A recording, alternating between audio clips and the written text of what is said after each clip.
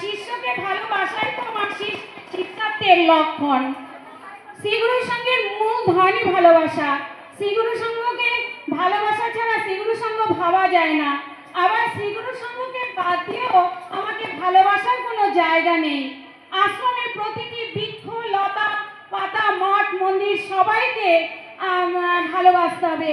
আবার আশ্রমকে ভালোবাসতে হবে, আশ্রমবাসীকে ভালোবাসতে হবে।